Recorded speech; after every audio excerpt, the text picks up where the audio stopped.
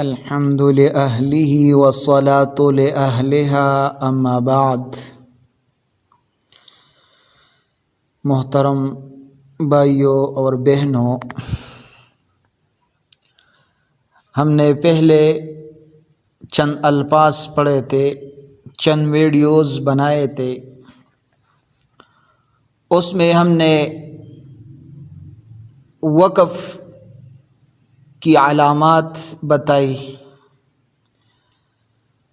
اور ہم نے یہ بتایا کہ وقف کیسے کریں گے۔ اس ویڈیو میں بھی ہم یہ بتائیں گے کہ وقف کیسے کریں گے، کیونکہ قرآن پاک میں جس جگہ وقف کرنا ہے وہاں پر وقف کریں گے۔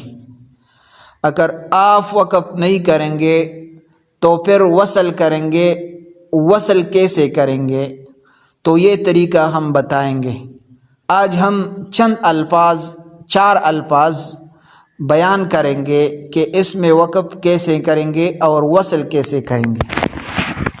تو پہلا لفظ یہ ہے امتا۔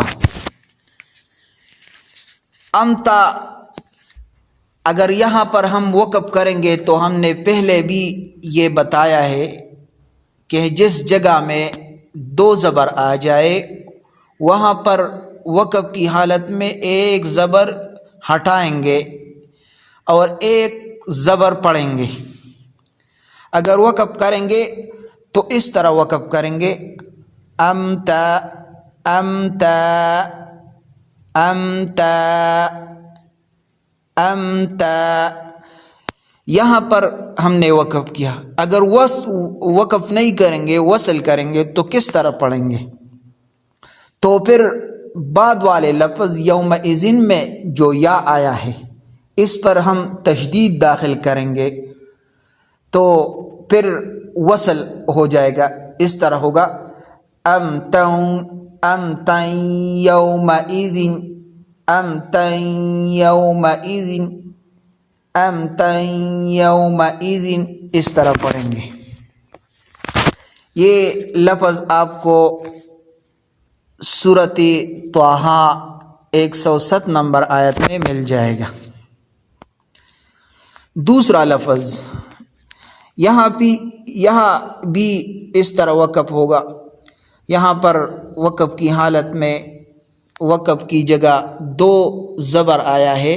ہم نے قاعدہ پڑھا ہے کہ جب 2 زبر آ جائے تو ایک زبر کو ہٹائیں گے، تو اس طرح پڑھیں گے، اس طرح وقف کریں گے، صفا صفا صفا، وقف کی حالت میں۔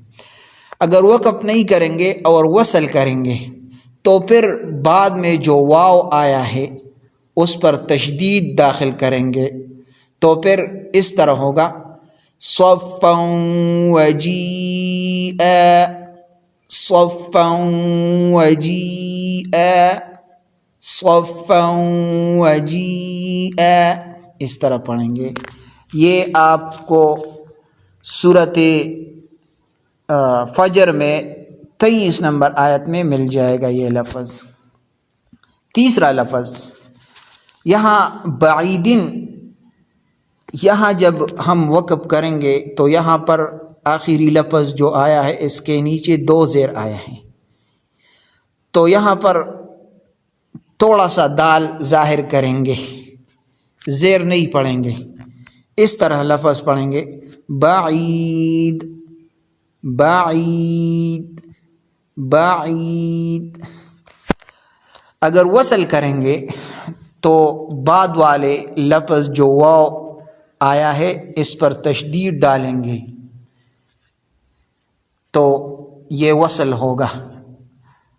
اگر دال واو کے ساتھ ملائیں گے تو واو کے اوپر تشدید ڈالیں گے تو اس طرح پڑھیں گے بعید وما بعید بعید وما بعید وما۔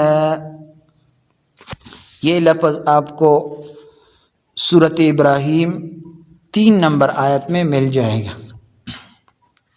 4 نمبر لفظ یہاں پر عدون، اگر آپ وقف کریں گے تو اس میں صرف واو ظاہر کریں گے، پیش نہیں پڑھیں گے، نہ 2 پیش پڑھیں گے نہ 1 پیش پڑھیں گے، بلکہ صرف واو ظاہر کریں گے، اس طرح وقف کریں گے، عدو عدو عدو، اس طرح وقف کریں گے۔ اگر بعد والے لفظ کے ساتھ ملائیں گے تو بعد والے وہ لفظ جو واو آیا ہے اس پر تشدید ڈالیں گے، تو اس طرح پڑھیں گے، عدو ولکم عدو ولکم عدو ولکم۔ یہ لفظ آپ کو سورۃ اعراف 24 نمبر آیت میں مل جائے گا۔ تو یہ 4 لفظ ہو گئے، یہ یاد کر لے اور دوسروں تک پہنچائے، یہ بہت ضروری ہے۔